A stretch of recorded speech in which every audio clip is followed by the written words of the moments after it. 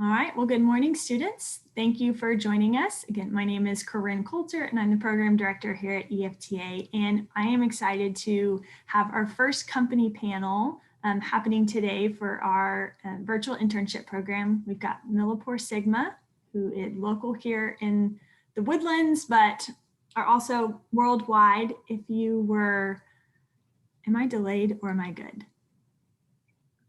I can hear you well. Okay. Yeah, okay, good. Okay.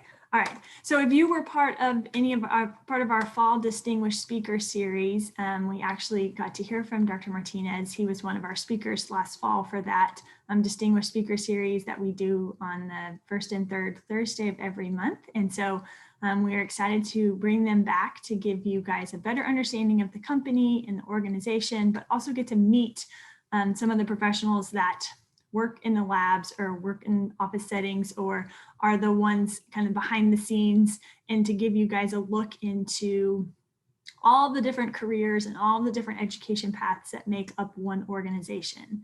And so I will kind of stop talking and turn it over to the experts so that you guys have a chance to meet them. We will have time for Q&A just like our panels in the past. So you can use either the Q&A, you can use the chat, or you can use the raise your hand feature. We are in webinar form, so we cannot see you, but when it's time for you to ask your question, I'll bring you live, ask you to unmute, and then send you back to the attendee list. So with that, I will turn it over to Dr. Carlos Martinez to get us started. Well, thank you. Thank you, Karina, and welcome everyone. It's a pleasure to be on this platform again. And to bring a few of our brightest minds to you today as well, to talk a little bit about their career journeys and briefly, but also to answer your questions as it relates to career paths, right? Especially in STEM. So the way we will be moving through this hour and a half or so is we'll present a quick video of MilliporeSigma, or Merck KGAA. It's a little confusing. I'll try to explain that as we go. It's about 3 minutes long. And Corinne, I guess it's perhaps if you let me know if things are going smoothly. If not, we can stop the video and go straight into the presentation. And then we'll go into a quick presentation that will talk about the global organization. So we'll briefly, throughout the presentation, maybe talk a couple times about what we do here in the Woodlands, but I want to present to you all what Merck KGAA is all about. And so give you a broader understanding of the company and what is possible within it. And then ultimately, we'll go into the panelists. They will introduce themselves, talk a little bit about themselves, and then give you an opportunity to ask questions, okay? So let me start by sharing my screen, and hopefully this will work. Share. Let me know when you can. Hopefully you're seeing the right screen. We see a blue screen. Is that the one you want? Blue screen is right. That's good. Okay. It's just a pre-video. I'm going to close a couple of my own apps in here so that they don't interrupt us. All right, so let me get started. Hopefully this will work. Let me know if you can, Corinne, let me know if you can hear it.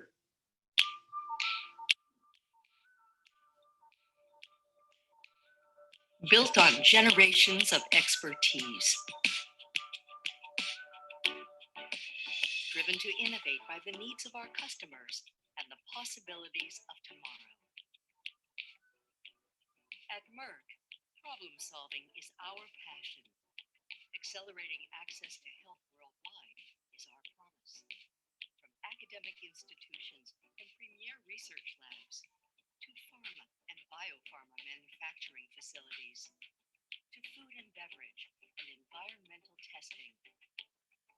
Merck's products, services, and expertise are used by customers around the globe and touch the lives of countless as consumers. Our partnership begins at the bench with the highest quality tools and services. Our solutions enable new platforms for drug screening and disease monitoring, ultimately helping our customers explore new frontiers like gene therapy, advancing research and drug discovery faster than ever before.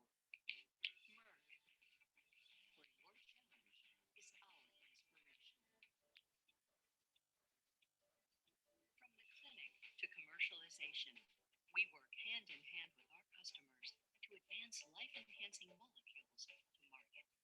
In an industry where speed and agility are key, and quality and performance are a must, our turnkey solutions drive everything from process development and manufacturing to facility design and pilot plant production.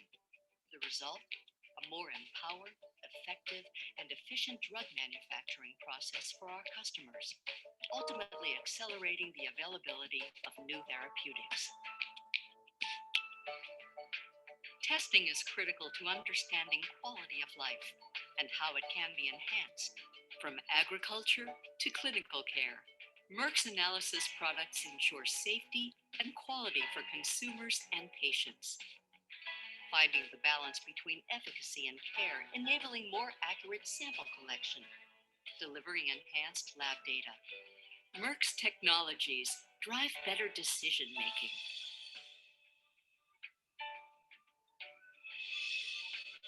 With a network of experts and locations that span the globe, Merck is where you are.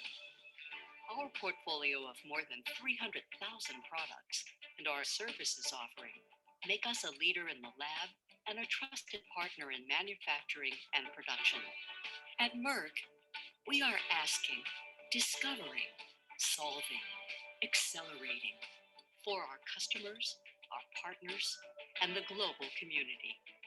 This is where curiosity becomes innovation, and our success is achieving your solution.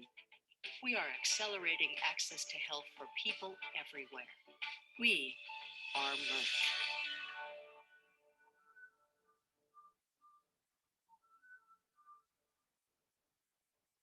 All right. And hopefully that came through okay. Corinne, I think it's a quick check. Yes. So that if I talk about the video and people go, what is he talking about? I could throw some me for the last 2 minutes of the whole thing. Hopefully that isn't the case. So let me just drive quickly into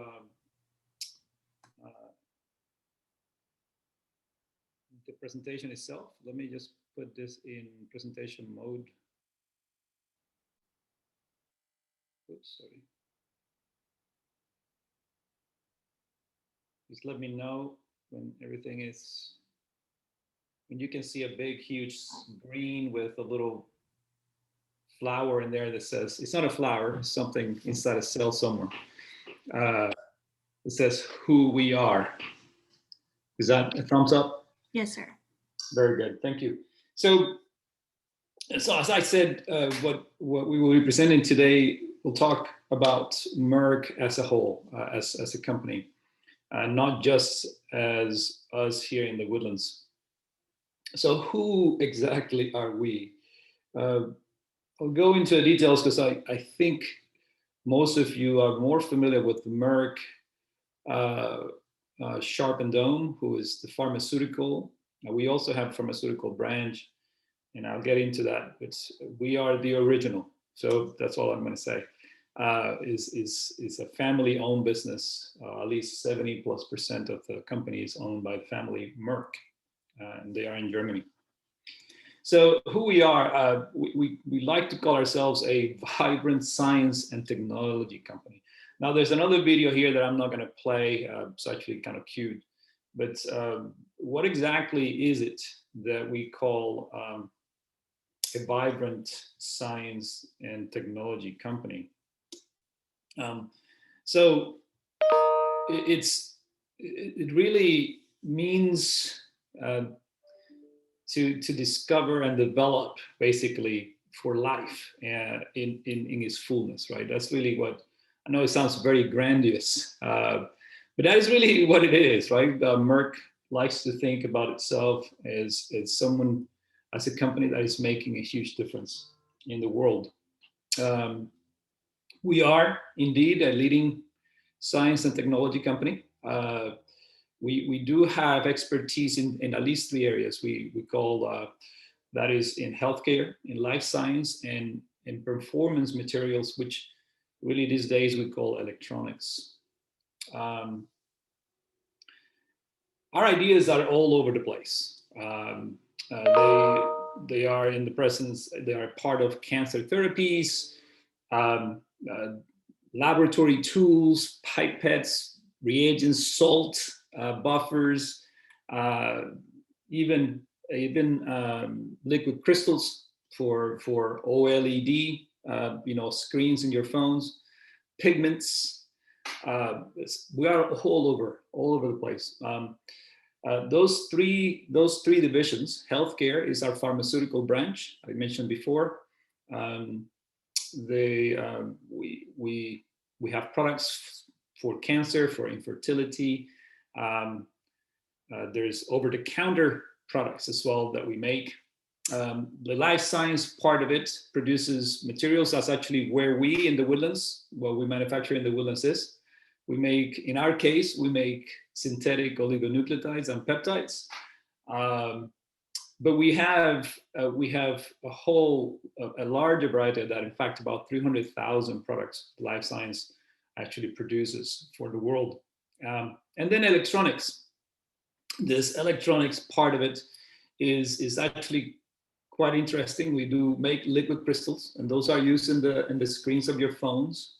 You've heard OLED a lot, and that's a big part, but not just it. We make pigments for coatings and cosmetics, and even flavors and fragrances. Right? So some of the stuff that you eat around that tastes like something, we probably make some of that taste as well. So we're all over the place, right? And I think that puts us in a position to make a difference. We're fairly unique. Merck has been around for 350 plus years, and it was founded in Darmstadt in Germany. The owners of this company are indeed the Merck family. That's their last name. Though I mentioned at the beginning, Merck is we can use the name Merck everywhere in the world. We cannot use it legally in the United States and in Canada. In these territories, we are known by EMD Serono, which is our healthcare, MilliporeSigma, which is the life science portion, and EMD Electronics. There's a legal thing about that, right? Back at the end of World War I, the Merck assets in the United States were seized by the government, as you can imagine, the turmoil at the time. And eventually that became what is called Merck Sharp and Dohme, which is another huge pharmaceutical company that is based here in the United States. We are on over 66 countries in the world and about 58,000 employees strong, right? And we are extremely curious. That's actually one of the things that I think distinguishes us all over the place, and I can speak to that in the Woodlands as well. And we're dedicated to human progress. You will see throughout this presentation that there is a passion, really to make a difference. Whether that is in our healthcare by looking at areas where maybe there are not as many medicines, we call niche, or life science where we actually make things that people use for food testing, for diagnostics. We're right in center for vaccines. And we use basically a huge pool of expertise. Again, 58,000 employees, that's quite a few, of which about 7,500 are in R&D. So people really looking into the frontiers of what could be done. That includes things like CRISPR. I'm sure that you all have heard CRISPR at some point in your classes, genomics, but also on the electronics, as I mentioned before, materials, performance materials. So again, we are at the forefront, right, of technology, and that makes us a very interesting company to work for. I mentioned that we have been around for a long time. I don't want to go through everything that is in this timeline, but I highlighted in that little ribbon the acquisition of Sigma Aldrich. So a little history. We in the Woodlands were part of a company called Sigma Aldrich up until, and I think that little dot is a little bit off, but is back in 2015, 16, around that time, Merck acquired Sigma Aldrich. And we, as a result, became a part of Merck. So we have been a part of this big, ginormous family for the last 4 to 5 years, and it's been interesting to say the least. But for sure, for the most part, it's been super rewarding just to be a part of a company that has such a footprint in the world. Now, when we look at the 3 parts, I want to talk for the next couple of minutes about the 3 portions. Healthcare is what the pharma part of our company is. We do treat areas like oncology, immuno-oncology, neurology, immunology, fertility, and then other general medicines as well. Again, we like to say that our patients are at the forefront of what we do.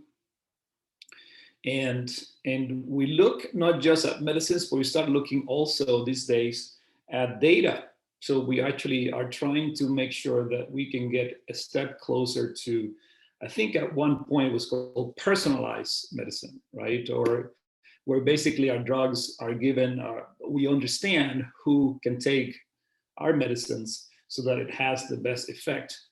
And a lot of that comes from the information that can be gathered and the information that can be analyzed. That used not to be the case, right? We used to just simply create a drug and just send it to the masses, and we knew some people would be good and some people would not be good. These days, we're looking at that far more intelligently. So that's healthcare. On the life science, which is where we are, we like to think that we are a world-class partner, right? We work with all the big companies you can imagine, especially in healthcare and diagnostics. And our products empower this huge scientific community so that we can help them solve really, really difficult problems. I mean, a good example, of course, is COVID, right? I mean, last year, we were all in a bunker, right? Seemingly. I can tell you that a lot of us were at work. We were actually coming to work to manufacture materials that could be used in different parts of this public health crisis. So for example, in our case, our contribution was on diagnostics. So our products basically could be used to detect, right? So if people went to the swab through the nose and got that material out, and they needed some PCR done to check if you were positive or not for COVID, well, we made some of those oligos, right? Some of those materials. And I can tell you it was super stressing for our teams. But we are very proud of what we were able to do during that time and who we were able to help as we went through, and we still are, right? And that's just us here in the Woodlands. Generally speaking, you know, the company or the life science aspect of Merck has been making things like cholesterol, not cholesterol, I'm sorry, basically all the components you can imagine for the delivery of those vaccines, like for example, for the Pfizer vaccine. As a result, right, we believe we did and we are continuing to make a huge difference in this public health crisis. Now, that is not just it, right? We do work in advancing science in many aspects of it. I just talked about diagnostic, but food testing, food safety is another one, right? A lot of the products that go out, before they go out, are tested. And we have our fingerprints all over that. We do that also with genome editing. CRISPR is a good example, and biologics in general. Also making materials like single-use materials and plastics that are used in biomedical research. So how, just give you an idea for how big this is, a number that is always mind-blowing is we make over 300,000 products, right, for the scientific community. And those are anywhere from just a tiny little tube with about 1 milligram of some weird molecule that is isolated from some snake in South America to things like the ones that we make here in the woodlands. And we have a vast spread around the world, over 130 distribution centers. That means that our products can go pretty much anywhere science is. And then 59 manufacturing sites, of which what we do, we are one of those 59. And then we have 3 other sister sites around the world where products similar to ours are made. Finally, the third part of the company is what we call electronics. And in this business, we develop specialty chemicals for very demanding applications, by the way. That includes, for example, liquid crystals and say OLED materials for displays in your phones and other things, for lighting effects, pigments for coatings, cosmetics, and so on.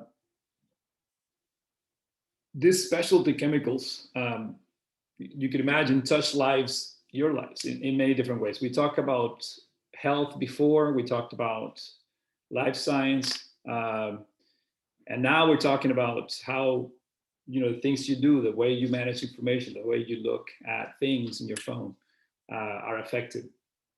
We are starting to work on things like putting these liquid crystals on glass so that you can actually have windows that react to the sun in different ways so they can shade the place where you are. Right now, they're not accessible to the regular folks like you and me, but these days they're putting these very nice architectural wonders around the world. Now, eventually, I hope what would happen is those will become available to all of us and we'll be able to use them. Now, things like, for example, electronics and technology and cosmetics I mentioned are the things that we do.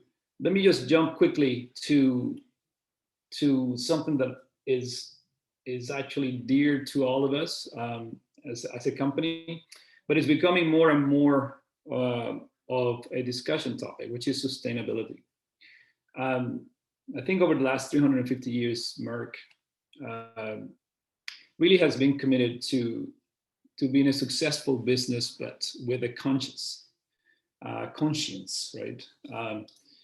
So how do we do that? We respect the interests of our employees, of our customers, and then of our owners, and look into the future as to how we can be successful in a way that is responsible. So we would like to be a big part of that new future, right? So when we think about our products and technologies, we think of them as a key, important part of solving those future problems in the world, right? So we would like. Do you hear my cat? So he's probably not happy. So my apologies for the cat. Meow. So I kind of lost my track, but I think so. Sustainability has become, not just has become, it's a part, and now even a more important part of how we look at our strategy. And you see their group strategy basically is talking about Merck as a whole. We would like to create long-term value, right? Not just for us as an operation, but also for the environment, and working with governments around the world.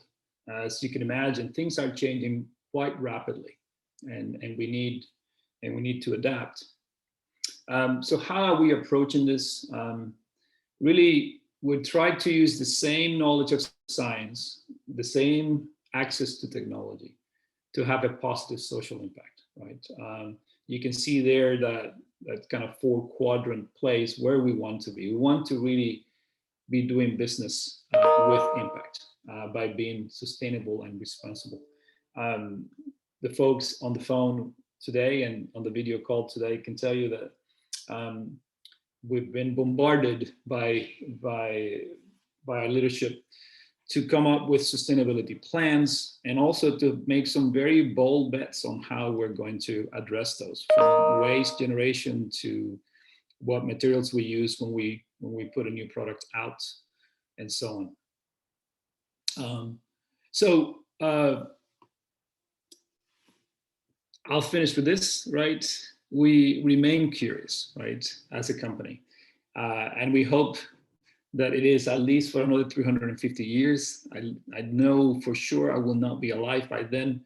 So my guess is we're going to try to make a difference as much as possible while we're alive here. So I'm going to leave it there, and I'm going to ask Jason to go ahead and take over and introduce at least put the presentation so that the panelists can introduce themselves. Okay? So let me just escape here. I'll stop sharing.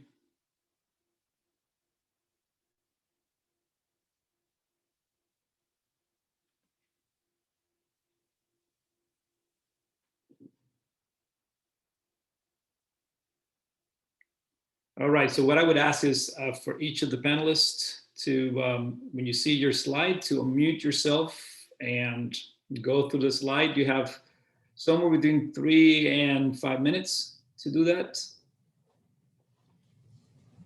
Okay, I guess it's me first. So I'm Nora Deluge. I've been working with the company for about 11 years now. I got started with a bachelor and master in chemistry and chemical engineering. And then I came to the US. I'm originally from France, and I came to the US to do a PhD in organic chemistry. And I really fell in love with the topics of using chemistry for the purpose of making DNA.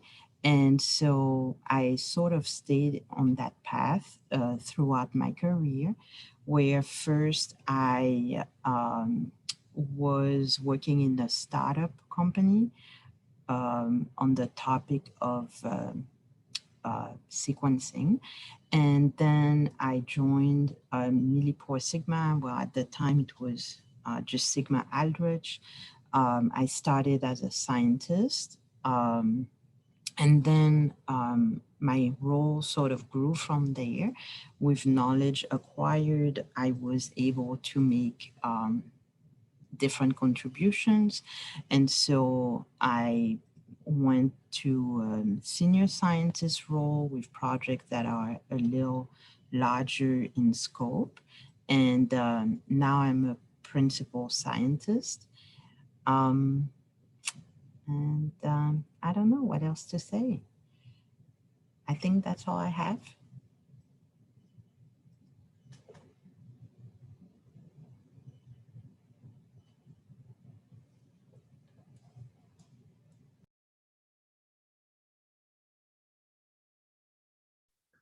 On to Lori.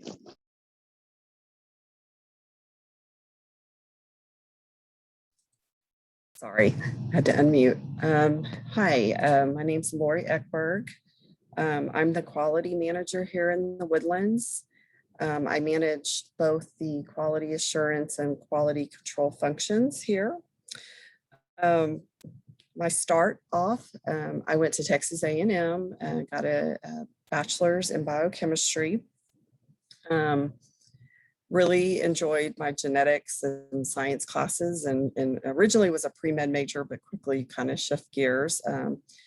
I was very fortunate that my junior year, I got an internship at a company here in the Woodlands. It was a startup pharmaceutical company.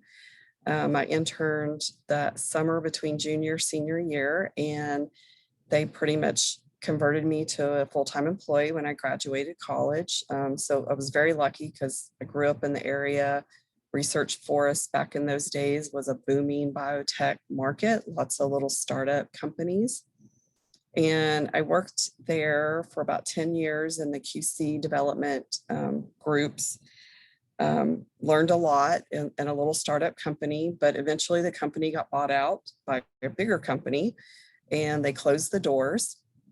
And I was lucky to be able to transition from that company to Sigma.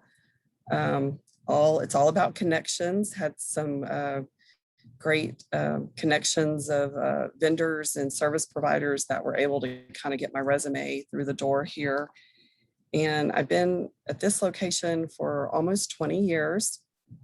I started off initially in the development department for a couple of years I reported to Carlos within some of that time. And then I transitioned to be the QC supervisor and had that role for a few years. And then I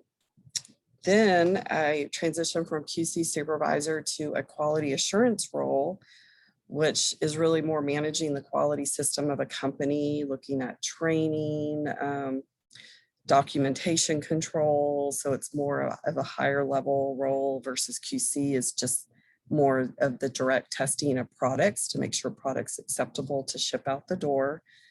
I was in the QA role for many years and then eventually got back to managing QC as well. So now I manage QC and QA, which are two kind of functions underneath the quality umbrella.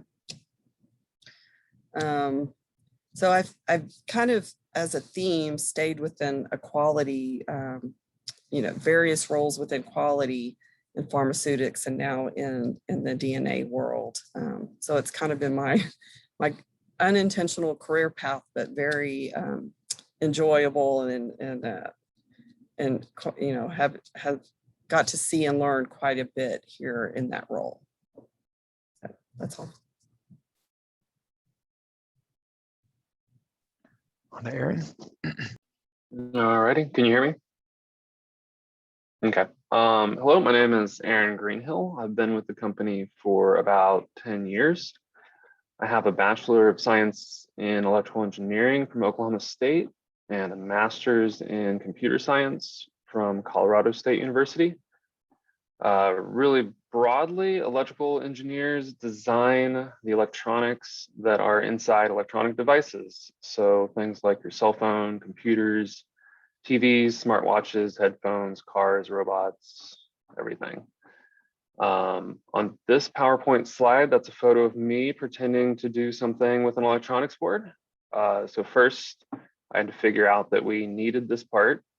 I had to design it, buy the components, put it together, run tests to make sure that it's doing its job, which in this case is to control 100 valves to dispense chemicals. And then finally put this into a robot and program the robot to use the board. So it's just a small example of doing some electrical engineering. For computer science, that just means doing software design, designing systems. A lot of times it means actually doing programming. At MilliporeSigma, I mostly work with robots, so that's great because I get to do the design and just working with electronics and writing tons of software. Sometimes we buy machines from other companies, and sometimes we make robot designs ourselves and create them. In either case, I usually need to do software and electronic work. In the toughest case, we might make a complicated robot. That means the electronics need to be designed, the software needs to be made. This includes software that drives controllers, which are running motors and valves, software that users interact with to direct the robot, and finally, software that communicates on the internet to get the customer's order information. I think that covers it.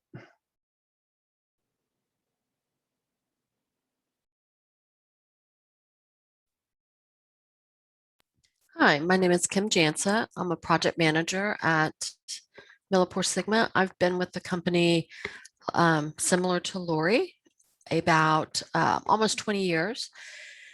I also got my BS in biochemistry from Texas A&M a little earlier than Lori did, but I used that degree to work in more of a research-led field, meaning actually doing the scientific experiments. That was something that was really interesting to me as well. I really decided that that's the path, the initial path I wanted to go during my independent seminar, my senior year, where I actually got to work for a researcher. He gave me a lab notebook, a project, showed me how to do it, and expected results. And I was very happy to do that. That actually turned into an offer of a full-time job at A&M, and I decided to go a different direction with that. You'll see my first paycheck was actually a lifeguard. Again, you're using chemicals, making different colors, red and blue to green, or how yellow is the yellow kind of thing. And my first job out of college was a research assistant at the dental branch in the medical center. Coincidentally, my first major was pre-dental. So it just was kind of coincidence that I started working at the dental branch. At Merck, MilliporeSigma, I started out as a technical marketing specialist in our custom peptide and Anacera product line. What that really meant was I was more the technical support for our customers, answering questions, creating marketing collateral, looking into launching new products that would serve our customers, expanding on our website capabilities. Then I transitioned into a customer services supervisor. Again, it's more enabling the customer to be able to use our products, to know how to use our products. And then more into a project specialist, followed by a project manager role. In the project specialist role, it was more of a continuous improvement specialty. I'll use that as a loose term, trying to figure out how to do things the current way of thinking better, not necessarily faster, but better. And in 2017, I did earn my project management professional certificate. And so I am an official project manager. Right now, my projects span different, it's not necessarily science related, although there are always components of science, but you work on the business side, the financial side, how we get the product to the customer, and how to integrate all of those into a seamless transaction. That's it.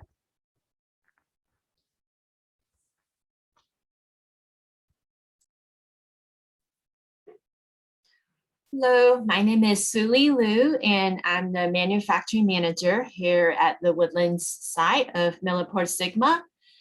And I have been with the company for about 18 years.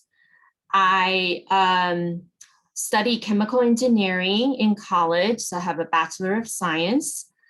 I'm one of those examples where I realized as I was getting my degree that wasn't my niche, that engineering wasn't probably going to be my thing, but I went ahead and finished the degree. and wanted to go ahead and complete that. And what I enjoyed the most at school were the labs. And so after graduation, I had various job positions in different kinds of labs. So first, I was an associate scientist at an environmental consulting company in Boulder, Colorado, and I did field work, sampling soil and water, and I also did lab testing on those soil and water samples. And then I worked in a quality lab at a company in Conroe that manufactured coatings. And then I ended up here at Merck, or MilliporeSigma, starting off at the bottom, a production technician. And so I synthesized peptides according to customer orders. And then after about a year, became peptide supervisor to oversee the lab and other production technicians. And then after 3 or 4 years, became the senior supervisor. That means I then became a leader of other leaders. And then on to manufacturing manager, my position now, over what we call our high throughput DNA lab. And we also make RNA. I would say management is a good place to be if you are passionate about communication, about business and operation strategies. So what's fun is coming up with solutions for the customers, being a support to the employees, working on figuring out how to engage them and make this place a very satisfying place to work. And then also the business, how do we be profitable? How do we become more efficient in our processes and so on? And yeah, that's me in a nutshell.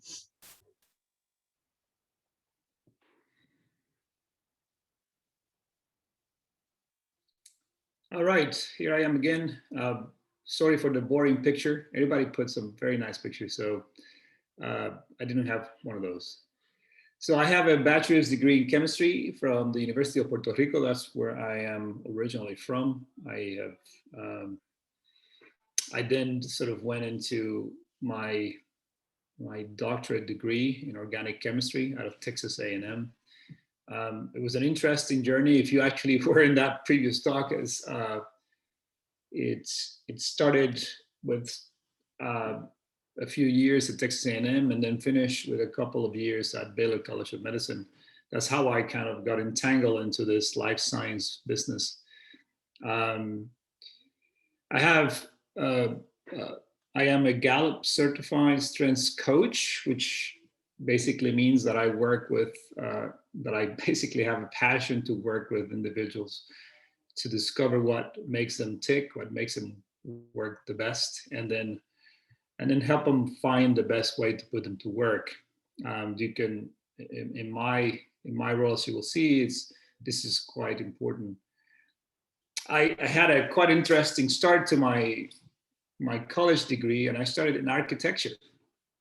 So one of my first courses was design, and it was a long class. But one of the things, and the reasons I put it there as a useful course, is because one of the things that they teach you there is to really look beyond the surface, right? Is to really look at the concept behind a challenge. And that stuck with me. It applies in science as well. You know, we're often trying to look for the source of a problem. In the case of design, is the source or the basis for your design.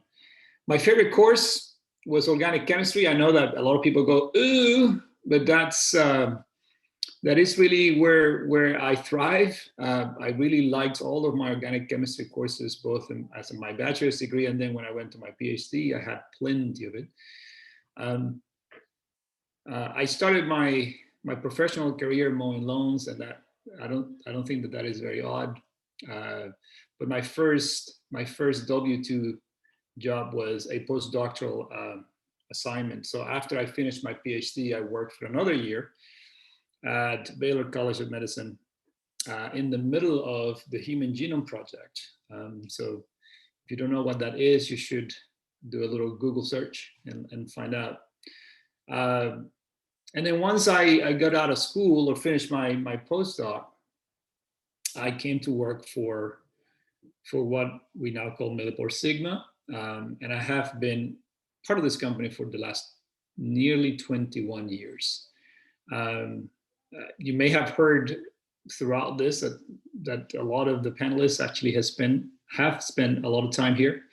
I like to think that the reason for that is because it's a great place to work. But I do think that there is that you're seeing this less and less these days. A lot of people like to jump ships, and to see or hear people working for 5, 6, 7, 20 years with a single company is quite outstanding. Within Merck, I started as a manufacturing manager. That's why I came in. Even though I finished a very technical degree or science degree, I knew along the way that my biggest passion was people. I didn't want to spend a lot of time on the bench, so I started to look for opportunities where I could do both. I can apply my technical knowledge, but also have the opportunity to, as I said before, to help people find their way in their careers. And as you can see, went from there, did some sales, and I am currently the site director for MilliporeSigma here in the Woodlands. That's it.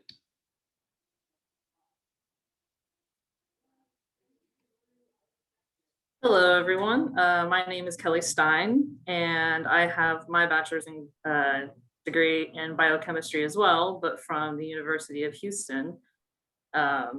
And I really enjoyed, a lot of courses at the University of Houston, specifically nucleic acids. I didn't realize how helpful that was going to be, before starting working here. But also really love the biochemistry courses. As well as I thoroughly enjoy math, so calculus, as well as using the application of calculus and things like physics and astronomy, as well as something I really enjoyed. As far as my first jobs, I started, watching my nieces and nephews and dog sitting for family members when they were out on vacation. As far as my first paycheck, I worked at a movie theater where I ran food back and forth all day while I was going to college as well. And that was always fun. I didn't realize also how much that would be applicable to working in a production environment, because you're constantly kind of running around and making sure that everything is going smoothly. Out of school, I actually started here, sort of like Suli, at the bottom, entry-level laboratory technician in our RNA laboratory. So I was taking the customers' orders that they input on our website and making the products from start to finish, getting it out the door as quickly as possible, with also the highest quality that we can do. And I spent about a couple of years doing that. And then I was promoted to our DNA production team lead. This gave me an opportunity to learn another department, learn more products that our company makes, but also gave me an opportunity to develop some leadership type skills, which has ultimately led me to my current position as DNA production supervisor. So I get to solve problems every day, which I thoroughly enjoy, helping production go as smoothly as possible, but also helping develop people, which I found that I really enjoy. But I've been working here for the past 6 years, and I know there's like everyone else on this panel, they've been working here a lot longer than I have, but it's been a really awesome journey, and I'm looking forward to doing more. I think I'm good.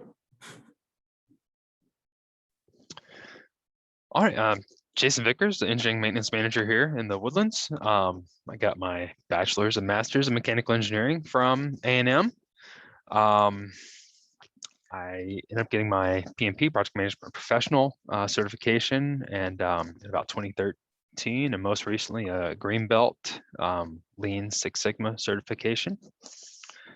My favorite course at A&M, and I think also the most useful, was mechatronics. I took it as a grad student. It was a lot of hands-on, working with really just bringing machines, electronics, software all together.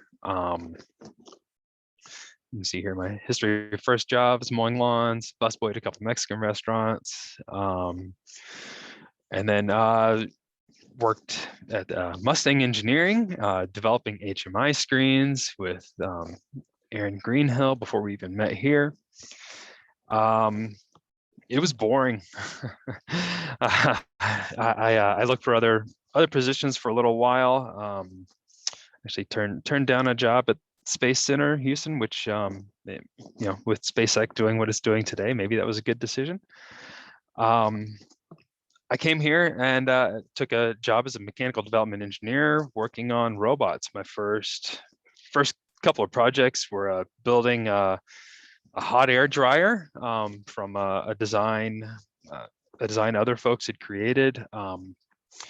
My experience there, just really learning a lot about individual components that you use to put a machine together. In grad school, you need to connect a couple wires. You strip it and twist them together, maybe put some tape on it or something. That doesn't work well in a production environment if you want something to last forever, or at least longer than the day. Worked on another project, got a stopwatch out and watched people work, and basically justified automation through labor savings, and developed working with a third party, developed a automated tube labeling robot that is actually still in production to this day.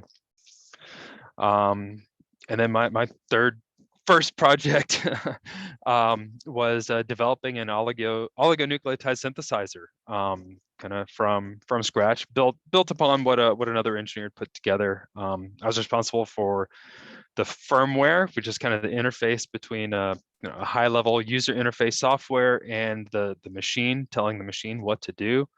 I wrote a modified TCP IP stack in C, which that's probably obsolete by now. Currently, I'm the engineering maintenance manager, and pretty much if it moves, it's my team's responsibility to keep it moving. It's also over the facility, so it's air, liquid, cold air, hot air, machines. I guess you sometimes might put electron flow into that as well. We've got tractor trailer sized air cooled chillers. We pipe toxic chemicals all over the plant. Have a fleet of numerous various types of different equipment that have to get supported, developed on. Also work on new technology and automation, and it's incredibly satisfying. So that's all I had. So I guess turn over for questions. Wonderful. Well, thank you guys. So students, now is your chance to begin to submit your questions. Again, you can use the chat feature, the Q&A feature, or you can just raise your hand. After hearing from all of you professionals, there are students here that are interested in all of those fields and some of those lines of work. And so students, I hope that you are here to be able to learn from them, but also have a chance to ask your questions. So I guess I'll get us started while you guys type out everything. You guys have mentioned some of the kind of the paths that you guys have taken in education and the first jobs that you guys had, a lot of mowing yards and babysitting and your first paid job. But are you, and you all don't have to answer all of these questions, and you can go in any order of just kind of unmuting yourself, but are you doing what you kind of envisioned yourself doing at this age? So we've got rising seniors. So kind of when you were in high school, is this where you thought you would see yourself sitting in the work that you would be doing? I don't know if it's easier to just pick on someone or if you guys just want to unmute and take it away. I can actually speak to that. Getting my degree in biochemistry, I knew that I really loved science, you know, going from high school into college, and I wanted to get some sort of science related degree. But kind of what you think about with the science degree is going into some sort of research like, going, downtown to like MD Anderson or something and doing cancer research and working with laboratory mice. So when I got this job, it's, still science related, but it's definitely production. And I don't say I would have anticipated myself being in a production type setting and really enjoying it. So that's at least my little tidbit there. I'll step in quickly, but I'll say I have, if you asked that question when I was in high school, where I would be, what I'm doing right now, absolutely no idea. I thought I was going to be an incredible scientist, making all kinds of things on the bench. And I realized along the way that the bench was not my thing, that I enjoyed far more to help people. But the science part was actually quite an intriguing option. So I think bringing the two together has been the most satisfying piece, to find out and meet the people, the right people, and really take on those opportunities where they presented. That has been super exciting for me.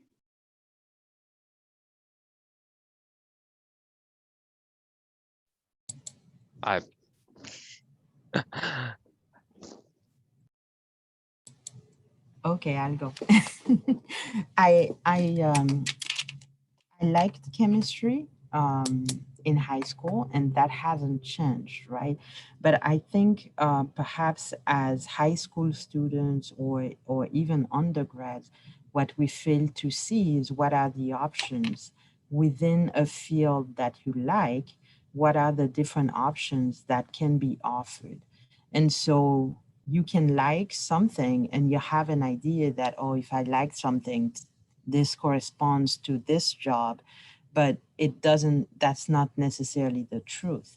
And so as Carlos was saying, I guess if you like something, it's to find opportunities to talk to people who have been involved in that field, and perhaps hear different types of jobs that can be things that as a younger version of ourselves we didn't know even existed.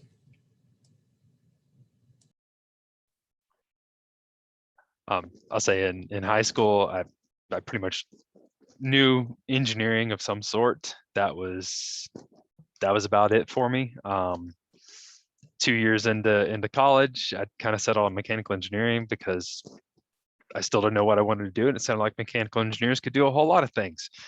As far as people, managing people, you get out of school, there's this old Aggie joke, what do you call an Aggie 5 years after graduation, or 10 years? And the answer is boss. That was always kind of there, but a tangible path to get there never really happened.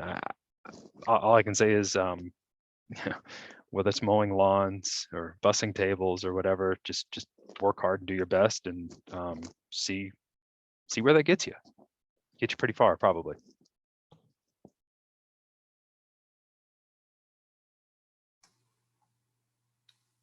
Okay. All right. Thank you, guys. So how has technology, I'll just ask it. How has technology, the kind of advancement in technology, changed this line of work, or the production of things, or the way that you communicate with customers, or things along those lines?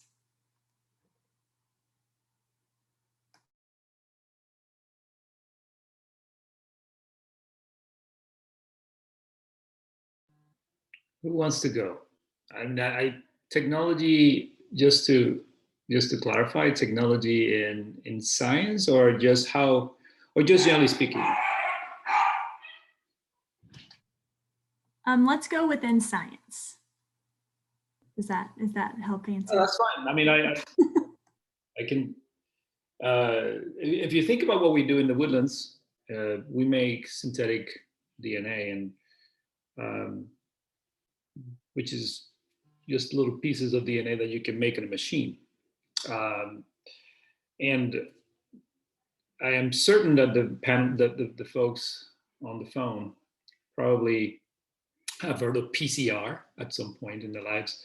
You know, PCR is been around for a while, and yet it continues to be used as the basis for a lot of new discoveries. It used to be like people would run a PCR to see if something was there or not there, positive, negative.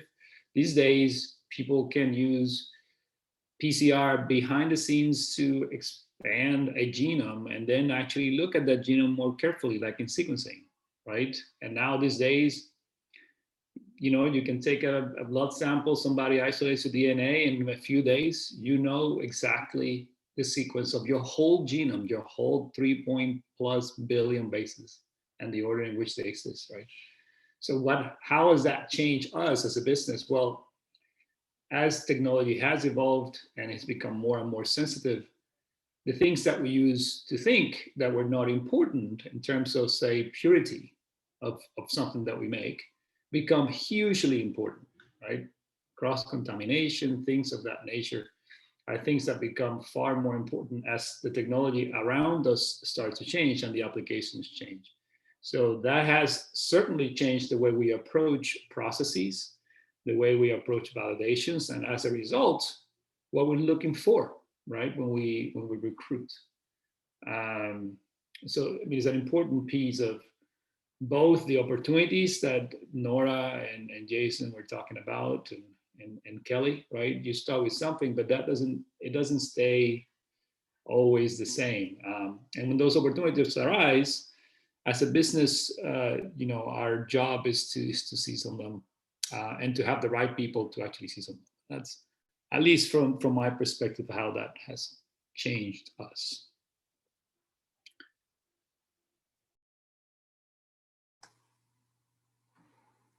Great, thank you.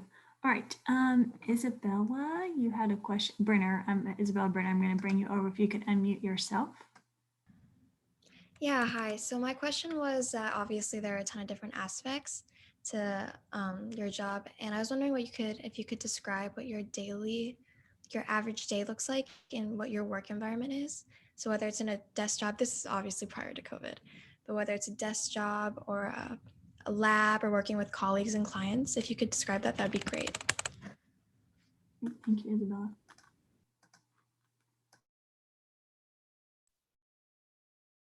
So I'll take this to hear one. from. Okay. Yeah, I'll take this one first. All right, go ahead, Kim.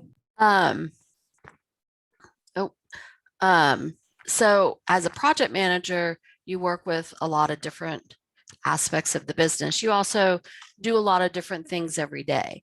Make a plan never happens. You make a list, don't get to scratch anything off. So a typical day for me is that I work, how do I want to say this? So basically a typical day for me would be that I prioritize. I prioritize what is most critical. I'm a hybrid employee, so I come into the office to work with our operations team, which is very important to get things done and moving forward in certain projects with our customers. I'm more customer based in that aspect. And then I work from home, meaning that I'm either taking meetings with customers through Zoom, through this platform, or through Teams, or I'm working with other collaborators, internal collaborators, to push their project forward, whether it's going into manufacturing, understanding the technical aspects of what our customers are asking. That's a huge piece of our business. We need to get it right. We need to get it right the first time, or we'd like to think we can get it right the first time. If our customers can explain what they're looking for, we're very collaborative. We are very, we try to be forward thinking to anticipate what our customers need. And then at the end of the day, I look at my list and I say, how much did I get done? Sometimes I surprise myself, and sometimes I'm stuck on one particular project. What I like about what I do is that nothing is the same on any given day. I might do routine things, but they're for different aspects of our business. So I like to keep it interesting. I like to, keep it fresh, I guess is a good way to put it. But I use what I've learned throughout the how many ever years, 30 plus years that I've been in the workforce doing science to pull together the right people, the right processes to get our customer the best possible product. Hopefully that answered part of your question. And I can add to that as well. I actually work in our production laboratory. So I haven't stopped coming into work. So we all have to, wear our masks per protocol and everything. But my typical day, I come in and I check on my team members. I see how they're doing, and then I start working on checking on customer orders to make sure that they're going through our processes smoothly. After that, working, with, my manager and the other supervisors on special projects, making sure we're keeping on top of our quality, and solving day-to-day things that come up all the time. But I agree with Kim, like every day there's a certain, routine of tasks, but not every day is the same. And that's actually one thing I really kind of enjoy.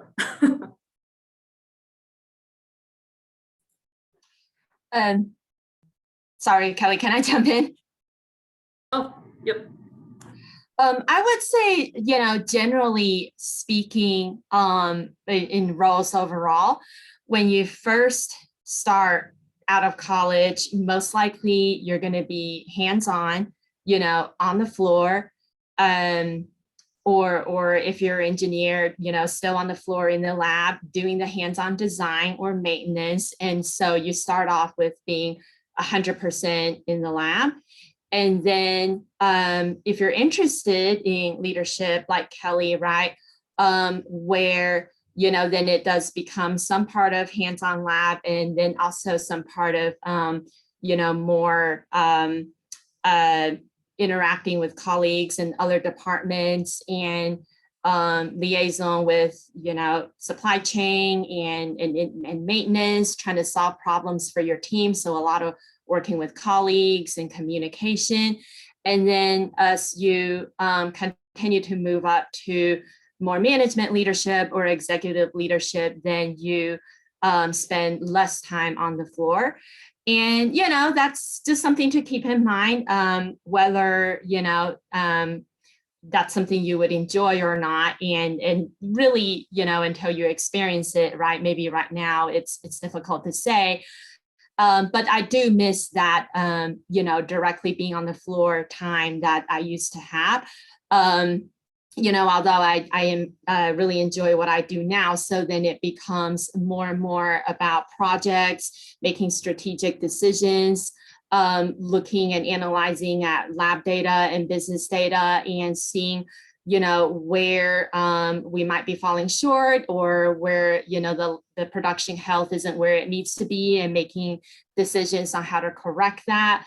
And then working more with customers on how to improve that. So, that's just kind of a general description of how each of the different roles might look different, have a different type of typical day as you progress through the different jobs.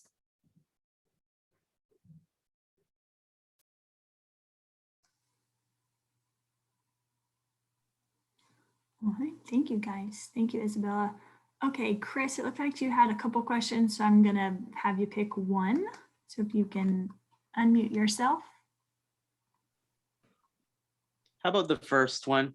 Yep. So what are the differences? What are the practical differences between research and development? And okay, let me start over. What are the practical differences between engineering and design and versus research in the field of chemistry?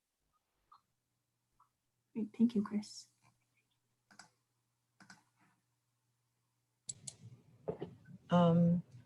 Maybe I'll take that one. So in the field of chemistry, and I think the same apply in other fields. The research is going to be, well, depending on where you work, it can be basic. So usually in academia, you're going to search topics, and there's not necessarily always an application or something with a short-term results. Then you have research in private companies where we have a product, we have, defined goals, and we're just trying to meet deadlines. I would see engineering, and Jason, you can add to that, is more once a process is defined, or when things have been researched and product specs have been defined, engineers will contribute on how do I make it happen? How do I bring that to reality? Because what you do in the context of a lab, that doesn't mean that you can make it every day, thousands times of day within the day, and that it's made consistently. So there's a whole aspect after you've made a discovery on how do I make that reality something that we can use, and that leads to a product or to something concrete. I don't know. That would be my take on it. I mean, so just to put that in context of what we do here with synthesis, we had different reagents many times, like 40 or so times to make a single oligo, single piece of DNA, and then times about, say, I don't know, tens of thousands a day for what MilliporeSigma makes. On the research and development side, someone's gonna be working on, how do I optimize that chemistry process? So, what chemicals do I use when? What ratios do I get? And maybe in some context of this, of kind of how we manufacture today, where an engineer is going to take that chemistry knowledge, that chemistry requirement, and make that repeatable, automatable. You use the right components, valves, or what have you with that that chemistry basic information to make it work in manufacturing. And I would say, and Aaron can add to this, right? All of this has to be merged together. And this is where the software and all of that happens, right? Something that tells something to do something, right? It's not just the valves and the shiny piece of metals and wires, but also the intelligence behind that. And I think good engineering and good chemistry ultimately aims to do it flawlessly, right? And almost in a way that is, I say invisible, but in a way that is sustainable and repeatable. And that's especially true in a manufacturing environment, right? You want that to be good for a long time, not just for a few days. And that's where all these folks come together.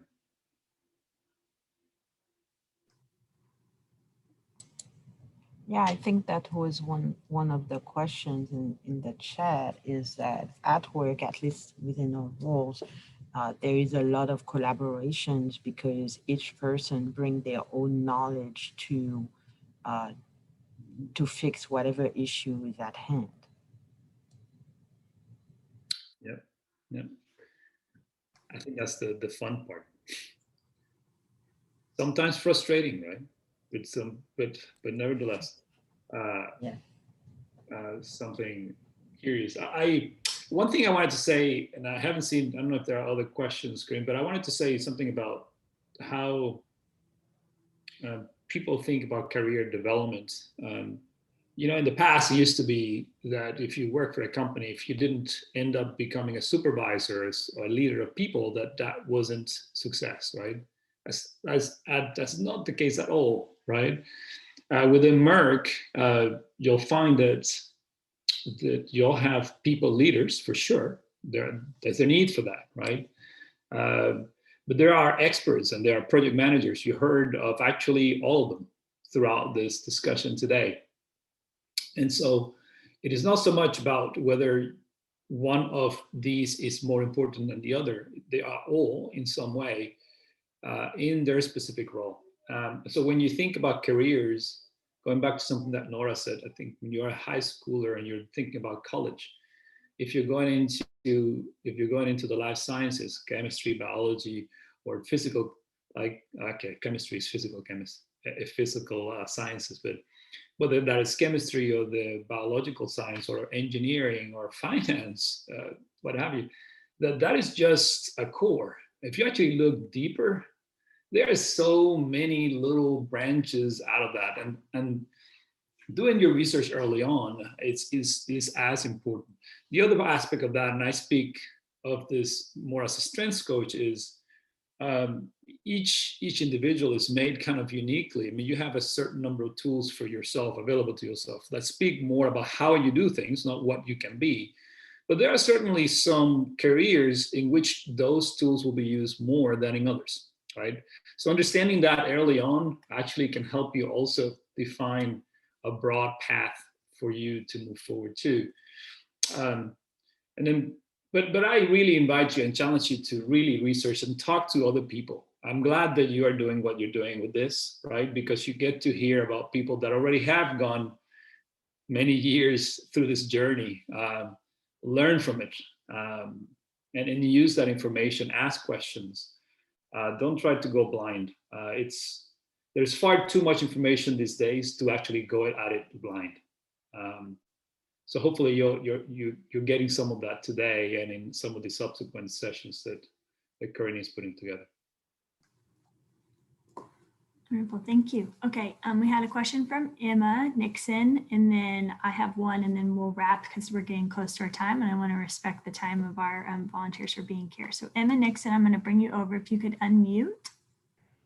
Hi, I just had a question. I was wondering, how has your company affected other fields of work, like specifically in the healthcare system and life science areas with the products that you produce? Thank you.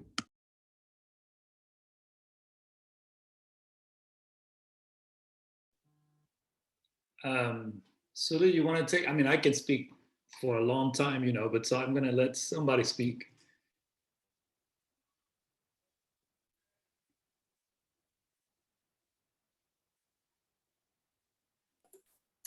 Sure. A few examples. There's a lot of applications these days.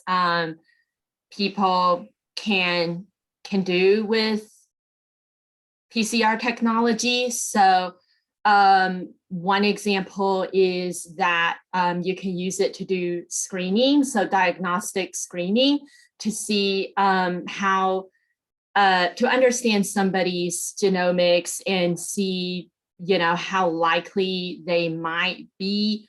It could start at the very beginning with understanding how likely somebody might be to have a condition or develop a condition such as cancer, all the way to actually diagnose the condition itself. And really, I would say diagnostics overall is a big part of it. So we mentioned earlier that you can use PCR to diagnose COVID. And I don't know if everyone's aware, there's a huge variety of things that you can diagnose by doing PCR. So you could do strep, you can do flu, HPV.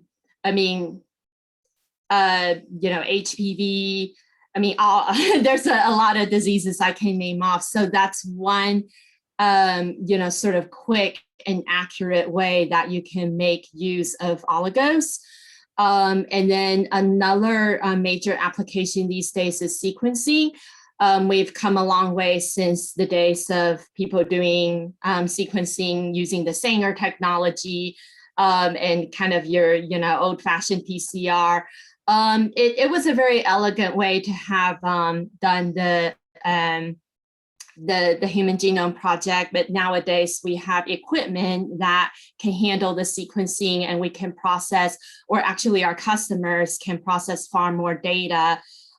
So, you know, just thinking of something that you may have done, is anything like ancestry.com, you know, where people send in their DNA and then it gets sequenced or compared to other people's genomes to figure out where you might have come from, or people have even found lost or unknown family members that way. So for something else that is sort of more cutting edge is CRISPR technology. So now we're talking about gene editing. So we do have a product that is a part of the CRISPR technology. And so, you know, for those of you who may not be familiar, you can actually use the protein and the oligonucleotide to insert a new portion of sequence into the genome. And you know, that's kind of down the road as we see how biologists in the medical world, what they're going to do with that. And then once you edited the gene, again, you sequence to see how you have impacted the cell or the embryo, whether it was successful or not. So those are a couple of things that come to mind immediately. Nora, do you have any others that are jumping up to your mind as of this moment?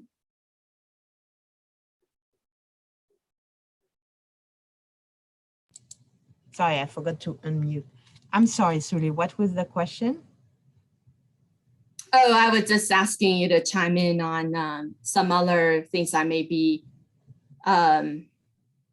missing or not mentioning when it comes to what customers are doing with our products. I think with a particular product, I think that covers pretty much it.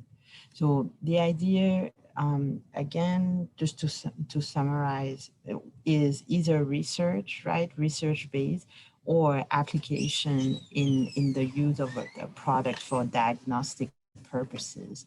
But people, and that's where, you know, we are involved with when you get involved with customers and with research, there's new things that may come up.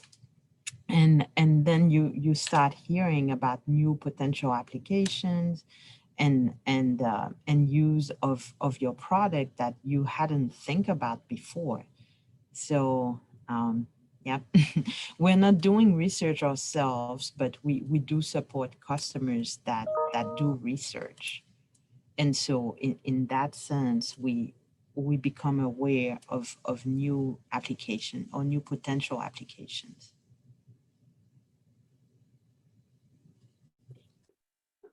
Karina, there was another question, right? Well, I had one that I like to wrap every panel with. And since we're getting close to 12 o'clock and you guys getting back to your work, and students, I know that we've got mentor calls coming up and other panels later today. So I like to wrap every question with, if you could go back and tell your high school self or young college self some piece of advice that you wish you would have known, what would it be?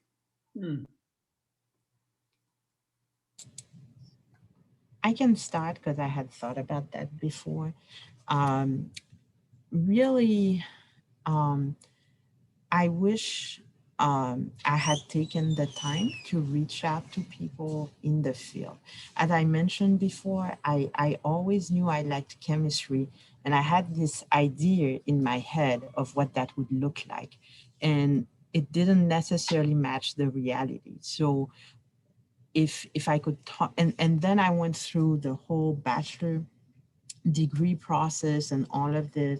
Then I even went into grad school only like Carlos said, to find out that I really don't like research. This is just not my thing. And it took me just a very long time to find that out. So if I could do things differently, what I would have done is early on, talk to people who are in the field. If you have some interest, think about the different possibilities within your field of interest, because there are a lot more options than what you realize. I second that. I would say, if possible, just pursue your passion and interest. I actually got an undergrad degree in something I was not excited about. And after I started working, I went back to grad school for what I was actually passionate about doing. So save yourself some trouble if you can. And if it makes money, do what you love to do. Yeah, I would second that as well. Do what you're interested in, what you enjoy, because most likely that's what you're good at and what you're gonna be successful in. Don't try to, please everybody, or listen to, a lot of advice that maybe just doesn't sit well with you. Don't try to impress other people by pursuing something that you think might look good and, sound fancy. Just do what you have fun doing. No man is an island. Is that cliche? I think the sooner you can learn that to work with and not just say, do this, I need you to do that, you to do that, but really work with and bring people together to get a business goal accomplished. Yeah, I could have used that a few times. Probably could still use that bit of advice, but definitely the bigger the company, the more collaborative you need to be successful and drive success for your organization.